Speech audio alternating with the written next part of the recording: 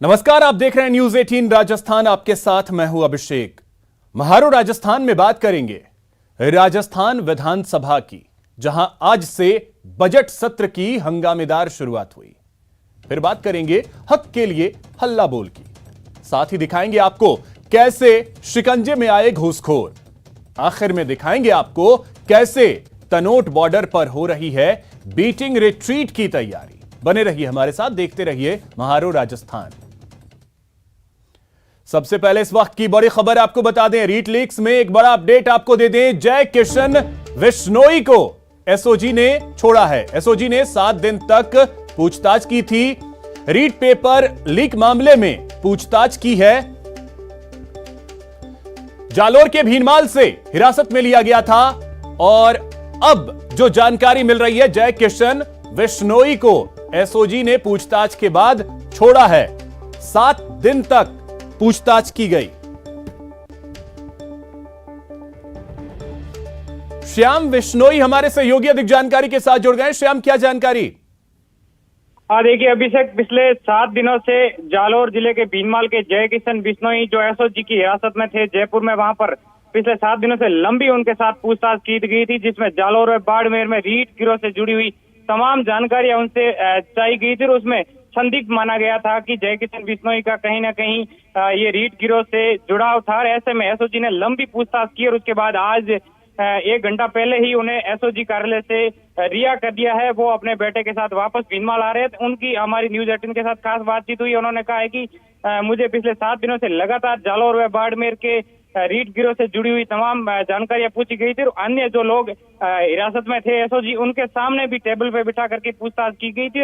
उनमें संदिग्ध माना गया था कि जय किशन बिश्नोई का रीट पेपर लीक से जुड़ाव है, लेकिन ऐसा कोई सबूत या एविडेंस नहीं मिल पाया। ऐसे में एसओजी ने अभी जय किशन बिश्नोई को वहां से रिहा कर दिया है। वो अब वापस भीनमाल के लिए निकल चुके हैं। जी, बहुत शुक्रिया श्याम आपका तमाम जानकारी के लिए।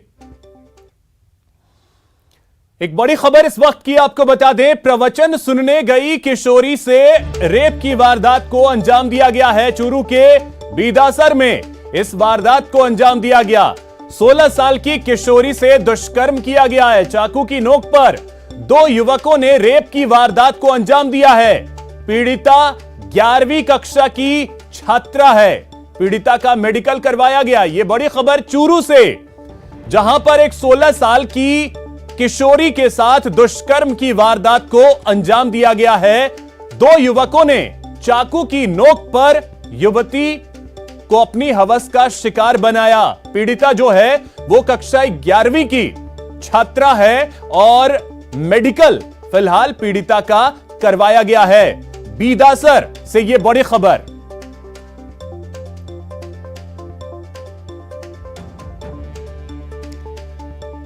तो आपको बता दें कि जो बालिका है वो 16 साल की है, प्रवचन सुनने गई थी और इसी दौरान चाकू की नोक पर 2 युवकों ने उसे अपनी हवस का शिकार बनाया। 11वीं कक्षा की यह छात्रा, जिसका मेडिकल अभी करवाया गया है। चूरू के बीदासर से यह बड़ी खबर। साथ ही आपको बता दें 2 लोगों के खिलाफ मामला भी दर्ज कर लिया गया है। तो पुलिस मामले की जांच पड़ताल में जुटी है।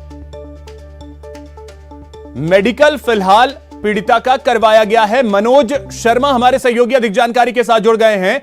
मनोज, क्या जानकारी है इस मामले को लेकर? जी बिल्कुल, जो बीदासर थाना क्षेत्र है उसका एक गांव है जहां 11वीं कक्षा की एक छात्रा है 16 साल की, उसके साथ अपहरण कर सामूहिक दुष्कर्म का मामला है वो सामने आया है। और बाकायदा जो बीदासर थाना है वहाँ ये मामला दर्ज हुआ है और जो बालिका है उसका मेडिकल करवाया गया है। आरोप ये लगाया गया है कि तो 17 वर्षीय एक गांव का ही किशोर है, उसने इस बालिका को अगवा किया और फिर गांव के तालाब के पास ले जाकर अपने दोस्त के साथ इसके साथ दुष्कर्म की वारदात को अंजाम दिया। और जो नाबालिग बालिका है उसके चिल्लाने पर चाकू दिखा के उसे डराया गया, जान से मारने की धमकी दी। बहरहाल जो पुलिस है उसके द्वारा मामला दर्ज कर लिया गया और आगे की कार्रवाई जारी है। जी, तो दोनों की पहचान हो गई है जी, आरोपियों की? बिल्कुल, जो मामला दर्ज हुआ है वो नामजद मामला है, क्योंकि दोनों ही जो आरोपी हैं वो नाबालिग है, एक 17 वर्षीय है और एक 16 वर्षीय है, इसलिए उनका जो नाम है उस हिसाब से नहीं बताया गया है। चलिए, बहुत शुक्रिया मनोज आपका तमाम जानकारी के लिए। एक और बड़ी खबर आपको बता दें, जयपुर से यह बड़ी खबर है जहां पर एयरपोर्ट पर एक बार फिर से सोना पकड़ा गया है। कस्टम विभाग ने बड़ी कार्रवाई की है और 6 लाख रुपए का सोना पकड़ा है। मुंह में छिपाकर सोने की तस्करी की जा रही थी। आपको बता दें कि दांतों की कैविटी में सोना भरा गया था। पकड़े गए सोने का वजन जो है वो 117 ग्राम है। दुबई से जयपुर तस्करी कर यह सोना लाया गया था। ये तस्वीरें आप देख सकते हैं। तो जो तस्कर हैं वो हर बार नए नए तरीके अपना रहे हैं तस्करी के लिए, लेकिन कस्टम विभाग जो है वो भी पूरी तरीके से एयरपोर्ट पर मुस्तैद है। अब देखें तो 6 लाख रुपए का सोना पकड़ा गया है और सोना किस तरीके से छिपाया गया था, तो दांतों की कैविटी में। राकेश हमारे सहयोगी अधिक जानकारी के साथ जुड़ गए। राकेश, क्या जानकारी है? अब यह सफलता कैसे कस्टम विभाग को मिली? बिल्कुल, देखिए अभिषेक, बहुत पेचीदा मामला था क्योंकि जो व्यक्ति सोने को लाया था वो मुंह में जो दांतों की कैविटी होती है, इस कैविटी के अंदर छुपा कर लाया था और उसके ऊपर उसने बकायदा दांत लगा रखे थे। यानी सबसे पहले उसने अपने दांत को तुड़वा करके उसके नीचे 100 ग्राम से ज्यादा सोने भरने की कैविटी बनाई थी और उसके ऊपर फिर उसने धातु के दांत लगाए थे जो कि सोने के नहीं थे। लेकिन कस्टम अधिकारियों को जब ये व्यक्ति निकल रहा था वहां से रेड चैनल से, तो उनको शक हुआ और शक होने के बाद इसकी जांच की गई। जांच करने पर ये जो सोना है वो पकड़ में आया है। अब ये यात्री चूंकि पहले भी विदेश आ जा चुका है, तो इस सोने की तस्करी के बारे में उससे पूछताछ की जा रही है। मजदूर टाइप का ये आदमी है और कुछ लोभ लालच के कारण जो है सोने की तस्करी में ये लिप्त अब से पहले भी पाया गया है। चलिए, बहुत शुक्रिया राकेश आपका तमाम जानकारी के लिए।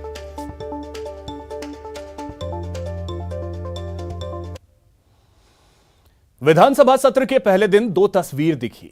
पहले हंगामे की तो दूसरी सौहार्द की। सियासी सौहार्द की पहल सीएम गहलोत ने की जब वो विपक्ष की कद्दावर नेता वसुंधरा राजे से मिले। लेकिन इस मुलाकात से कोई तो है जो बेचैन है। आखिर क्या कहती है सीएम की ये शिष्टाचार वाली मुलाकात? देखिए बाबूलाल धायल की ये खास रिपोर्ट। हंगामे के बाद सौहार्द वाली तस्वीर। गहलोत राजे की मुलाकात से कौन बेचैन? राजनीति में जो दिखता है हमेशा वो सच नहीं होता और जो सच होता है कई मर्तबा वो नजर ही नहीं आता। विधानसभा में आज जो नजारे दिखे उससे बीजेपी का एक धड़ा बेचैन तो दूसरा धड़ा बेहद खुश है। विधानसभा में राज्यपाल के अभिभाषण के बाद के इस तस्वीर की कहानी अभी साफ होनी बाकी है, लेकिन तस्वीर के संदेश से कहीं खुशी तो कहीं गम साफ दिख रहा है। विधानसभा के अंदर सत्ता पक्ष और विपक्ष के सौहार्द की ऐसी तस्वीर बार बार देखने को नहीं मिलती। यहाँ सीएम गहलोत विपक्ष की कद्दावर नेता और पूर्व मुख्यमंत्री वसुंधरा राजे से रूबरू हैं और वे भी खुशनुमा माहौल में। साथ में है गोविंद सिंह डोटासरा समेत कई कांग्रेसी विधायक। तो वसुंधरा के साथ खड़ी हैं वरिष्ठ बीजेपी विधायक सूर्यकांता व्यास। एक तरफ बीजेपी का एक धड़ा रीट के मुद्दे को लेकर सरकार को घेरने के लिए जी तोड़ कोशिश कर रहा है, तो विपक्षी खेमे में सीएम गहलोत की एक डिप्लोमेसी हलचल पैदा कर रही है। ऐसा होना चाहिए, राइट एनवायरनमेंट। ऐसा होना चाहिए, राइट एनवायरनमेंट। हमने किसी से नहीं करी, हमने दूर से ही रामारामी कर दी। हमने किसी से नहीं करी, हमने दूर से ही रामारामी कर दी। नहीं, उनके हल्के करने से कुछ नहीं होगा। वो कितना ही मुस्कुराएं, इसलिए वो चाहे शिष्टाचार भेंट करें, लेकिन शिष्टाचार की आड़ में रीट के भ्रष्टाचार पर पर्दा नहीं डाल सकते। मुख्यमंत्री अशोक गहलोत अपने मंत्रिमंडल के साथियों के साथ सीधे विपक्ष के खेमे में गए। गहलोत ने वसुंधरा राजे का आत्मीयता से अभिवादन किया। सीएम गहलोत और राजे के साथ कांग्रेस बीजेपी के कई विधायक थे। सीएम और राजे के बीच हल्की फुल्की बातें हुई। तल्खी के संकेतों के बीच हुई इस हल्की फुल्की बात को लेकर थोड़ी नाराजगी भी दिखी। में लिप्त हैं और इसलिए वो चाहे शिष्टाचार भेंट करें, लेकिन शिष्टाचार की आड़ में रीट के भ्रष्टाचार पर पर्दा नहीं डाल सकते। हालांकि सीएम के इस डिप्लोमेसी को संसदीय कार्य मंत्री बीडी कल्ला मरुधरा की सियासी परंपरा बताते हैं। नहीं, शुरू में पहले भी हरदेव जी जोशी के वक्त में, भैरव सिंह जी के वक्त में भी इस तरह के बातें जो है, और उसके बाद में और उसके पहले जब कभी भी मुलाकात होती है नए सत्र में तो इस तरह की आपस में बातचीत होती रहती है। और सियासत में सौहार्द कोई अनोखी चीज नहीं है, लेकिन एक तरफ जब विपक्ष विधानसभा में सरकार को घेरने के संकेत दे चुका है, तब सदन के अंदर ही सत्ता पक्ष और विपक्ष की ये तस्वीर काफी कुछ संकेत दे जाती है। आखिर अशोक गहलोत ने एक ही तीर से कई शिकार कर दिए, उन्हें ऐसे ही कोई सियासी जादूगर नहीं कहता। कैमरा पर्सन दिलीप चेची के साथ बाबूलाल धायल, न्यूज़ 18 जयपुर। विधानसभा से 1 किलोमीटर दूर बेरोजगारों की गूंज सुनाई दी। तस्वीरें आपको दिखाते हैं। आप अपने टीवी स्क्रीन पर 2 तस्वीरें देख सकते हैं। पहली तस्वीर भर्ती परीक्षाओं से जुड़े बेरोजगारों की है, जिन्होंने अपनी मांगों को लेकर जमकर आक्रोश जताया। बेरोजगारों ने विधानसभा की तरफ कूच करने की कोशिश भी की, लेकिन पुलिस ने उन्हें 22 गोदाम धरना स्थल पर ही रोक दिया। इस दौरान बेरोजगार अभ्यर्थियों और पुलिस के बीच हल्की नोकझोंक भी दिखाई दी। वहीं दूसरी तस्वीर आंगनबाड़ी वर्कर्स की है। प्रदेश भर से सैकड़ों की तादाद में जयपुर पहुंची आंगनबाड़ी वर्कर्स ने सैलरी बढ़ाने के साथ साथ स्थायी नौकरी के लिए हल्ला बोला।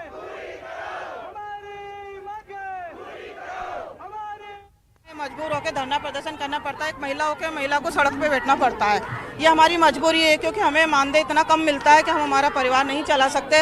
हम कहते हैं कि हमें नियमित किया जाए, राज्य कर्मचारी घोषित किया जाए, लेकिन राज्य कर्मचारी तो बहुत दूर की बात है। लेकिन कम से कम सरकार हमें इतना मानदेय दे 21,000, ताकि हम हमारा परिवार का पालन पोषण सही तरीके से कर सकें। नहीं, वार्ता में बुलाते नहीं है। हमने 17 तारीख को और उनको मंत्री महोदय को भी ज्ञापन दिया है और बार बार हम कलेक्टर के माध्यम से देते ही रहते हैं। कितना मानदेय अभी आप लोग का मैडम? कितना मानदेय है? कार्यकर्ता का 7,800 है और सहायिका का है 4550 है और आशा सहयोगिनी का है 2950 है, साथिन का है 3850 है। अब आप ही बताओ, इतने से मानदेय में क्या कर सकते हैं?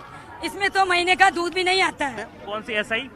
Sub inspector Rajasthan. कौन से वर्ष की?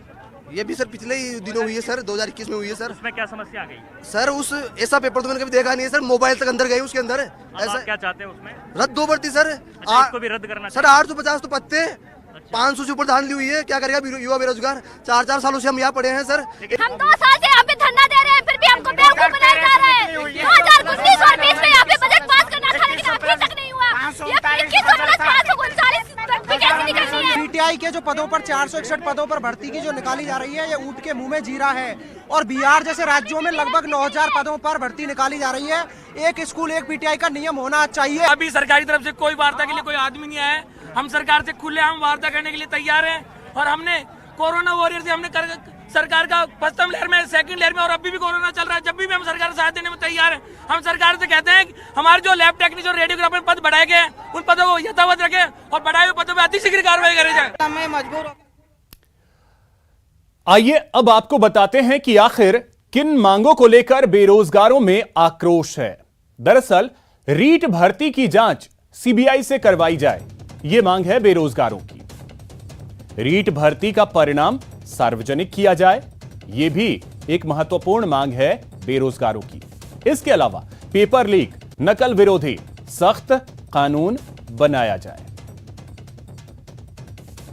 इसके अलावा बाहरी राज्यों के अभ्यर्थियों का कोटा कम किया जाए।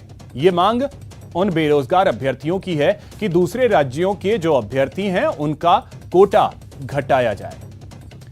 सभी प्रतियोगी परीक्षाओं में इंटरव्यू प्रथा समाप्त की जाए, यानी किसी भी प्रतियोगी परीक्षा में इंटरव्यू की व्यवस्था न हो। सभी रुकी हुई भर्तियों की विज्ञप्तियां जल्द जारी की जाए। इसके अलावा पूर्व में सरकार से हुए समझौते वाली मांगे जल्द पूरी की जाएं। तो ये कुछ ऐसी मांगे हैं जिसको लेकर बेरोजगार हल्ला बोल रहे हैं। बजट सत्र का पहला दिन हंगामेदार रहा। चलिए अब आपको बताते हैं कि कल सदन में क्या क्या होगा। कल देखने को मिल सकता है अनलिमिटेड हंगामा। रीट लीक्स की सीबीआई जांच की मांग को लेकर टकराव दिख सकता है। इसके अलावा अलवर मामले पर विपक्ष जोरदार हंगामा कर सकता है। किसानों की कर्जमाफी पर भी सरकार को घेरने की विपक्ष की कोशिश होगी। तो कल यह स्थिति दिख सकती है विधानसभा की कार्यवाही के दौरान।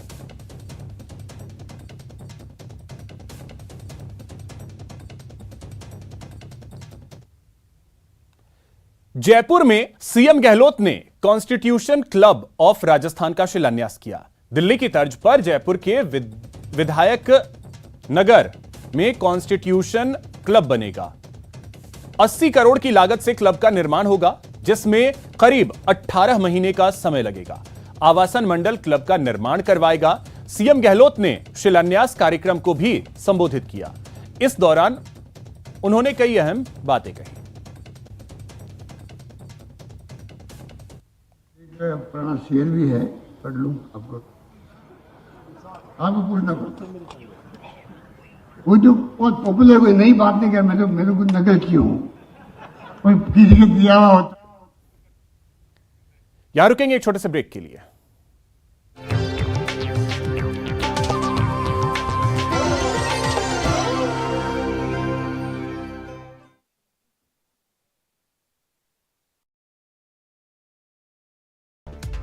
राज्यपाल कलराज मिश्र के अभिभाषण से बजट सत्र की शुरुआत हुई। अभिभाषण के दौरान कलराज मिश्र ने कहा कि कोरोना मैनेजमेंट में मॉडल स्टेट बना है राजस्थान। कोरोना के दौरान 33 लाख परिवारों तक मदद पहुंचाई गई।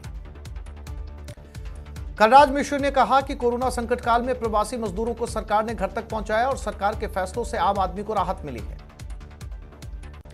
इसके साथ ही राज्यपाल ने कहा कि दूसरी वेव में ऑक्सीजन पर सरकार ने पूरी तैयारी की थी और गंभीर मरीजों के इलाज में कोई कसर नहीं छोड़ी गई। इसके अलावा अस्पतालों में बेड्स और सुविधाएं बढ़ाई गई। अस्पतालों में सुविधाओं में इजाफा किया गया।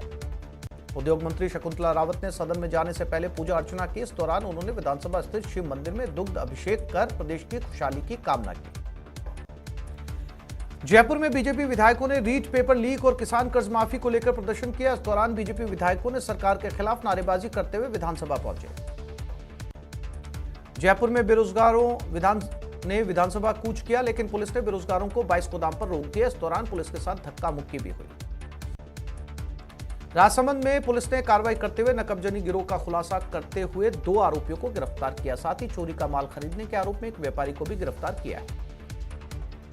चौक के रानीपुरा में पीडब्ल्यूडी एलडीसी लोकेश के सुसाइड मामले में पिता ने 11 लोगों के खिलाफ नामजद मामला दर्ज करवाया। मामले की गंभीरता को देखते हुए पुलिस ने जांच के लिए 5 टीमें गठित की है। नगर फोर्ट पुलिस ने एक आरोपी को भी गिरफ्तार किया। भरतपुर जिले में मौसम में अचानक ही बदलाव देखा गया और देर शाम से जिले के कई क्षेत्रों में झमाझम बरसात का दौर जारी रहा। बरसात से ग्रामीण क्षेत्रों में किसान काफी खुश नजर आए, क्योंकि सरसों और गेहूं की फसल में बंपर पैदावार के लिए किसान फसल की सिंचाई कर रहे थे। लेकिन बरसात के बाद अब किसानों को राहत मिली है। भरतपुर जिले में मौसम में अचानक ही बदलाव देखा गया और देर शाम से जिले के कई क्षेत्रों में बारिश का दौर जारी रहा।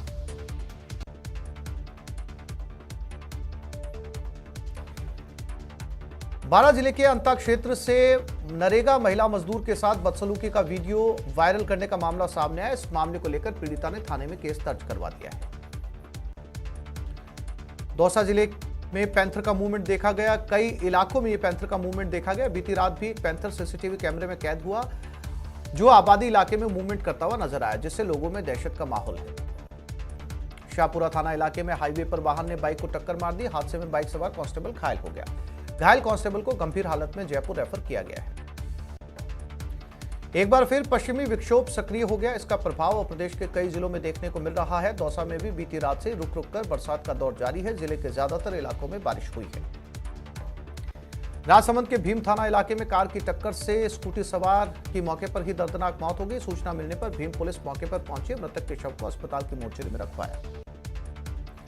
सीकर के लक्ष्मणगढ़ थाना इलाके में हाईवे पर लग्जरी कार और 2 लाख रुपए लूटने की वारदात का पुलिस ने खुलासा कर दिया। पुलिस ने 3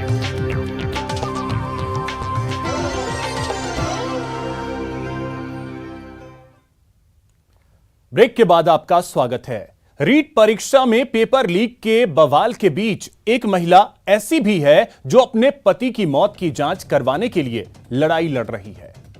जहां एक ओर प्रदेश के युवा रीट की धांधलियों के लिए धरने प्रदर्शन कर रहे हैं, वहीं इन धरने प्रदर्शनों में झुंझुनू के सिंगनौर गांव की मनीष देवी के अपने सवाल हैं, जिनका जवाब नहीं मिल रहा।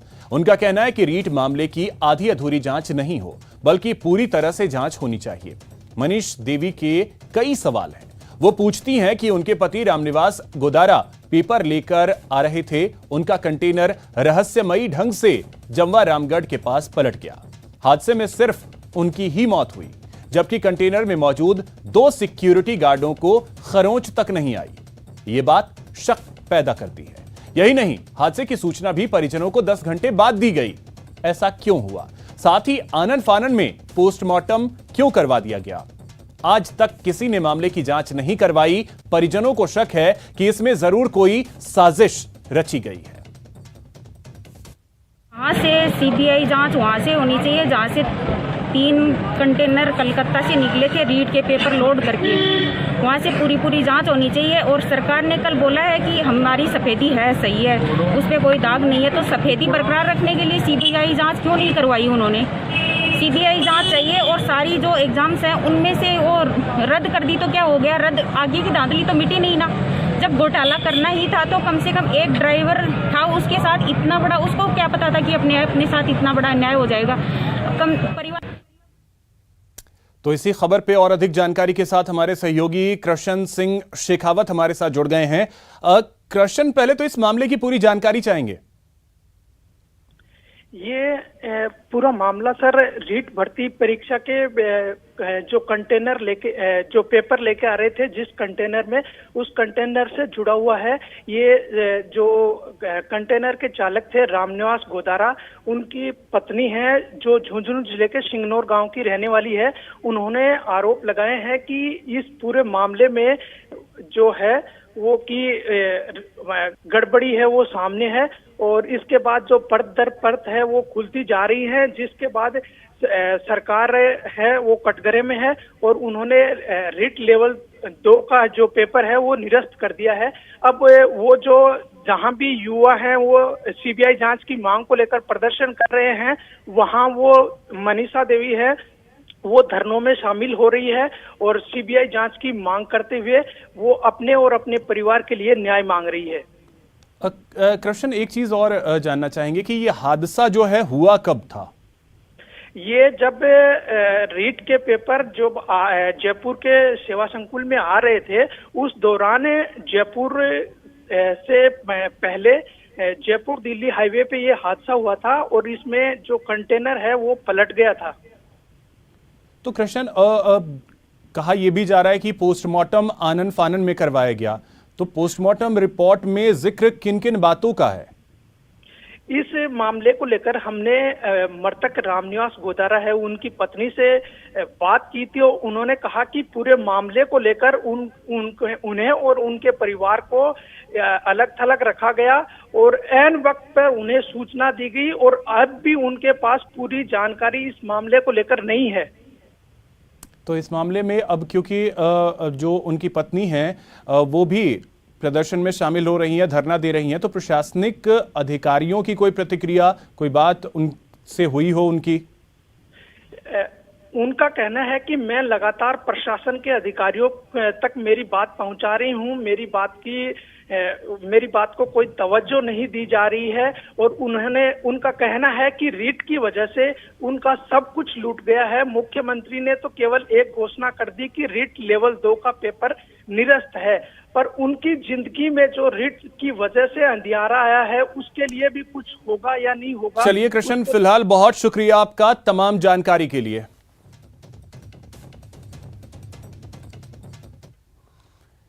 खबर टोंक से है, जहां रानीपुरा में लोकेश सुसाइड केस की जांच तेज हो गई है। पुलिस मामले से जुड़े एक आरोपी को दबोचने में भी सफल रही है। पुलिस रीट और सुसाइड केस से जुड़े तार जोड़ने में जुट गई है। बता दें कि 8 फरवरी को लोकेश ने आत्महत्या कर ली थी और सुसाइड नोट में रीट से जुड़े लोगों पर पैसे वापस लेने का आरोप लगाया था। एक सुसाइड नोट मिला और उनके पिता के द्वारा एक एफआईआर दी गई और जो स्थानीय लोग थे उन्होंने पुष्ट तौर पे नहीं लेकिन अपुष्ट तौर पे ये कहा कि साहब ये विभिन्न प्रतियोगी परीक्षाओं से संबंधित इसका कोई लेन देन रहा है, इसको लोग तंग कर रहे थे, मानसिक वेदना में आके उसने सुसाइड किया है। हमने तुरंत एफआईआर दर्ज कर ली है। सुसाइड नोट में और एफआईआर जो उसके मृतक के पिता द्वारा दी गई है उसमें किसी भी प्रतियोगी परीक्षा का कोई हवाला नहीं दिया है, परंतु हम इस विचार पे बिल्कुल ओपन है कि क्या, क्योंकि कई लोगों ने इस बारे में जिक्र किया है, तो इन विषयों पे भी हमारी जांच बहुत ही खुले दिमाग से और बहुत सीनियर स्तर से की जा रही है। प्रत्येक बिंदु की जांच की जा रही है। उसके घर पे जो भी कागज़ मिलेंगे उनकी पुष्टि की जाएगी। यहां रुकेंगे एक छोटे से ब्रेक के लिए।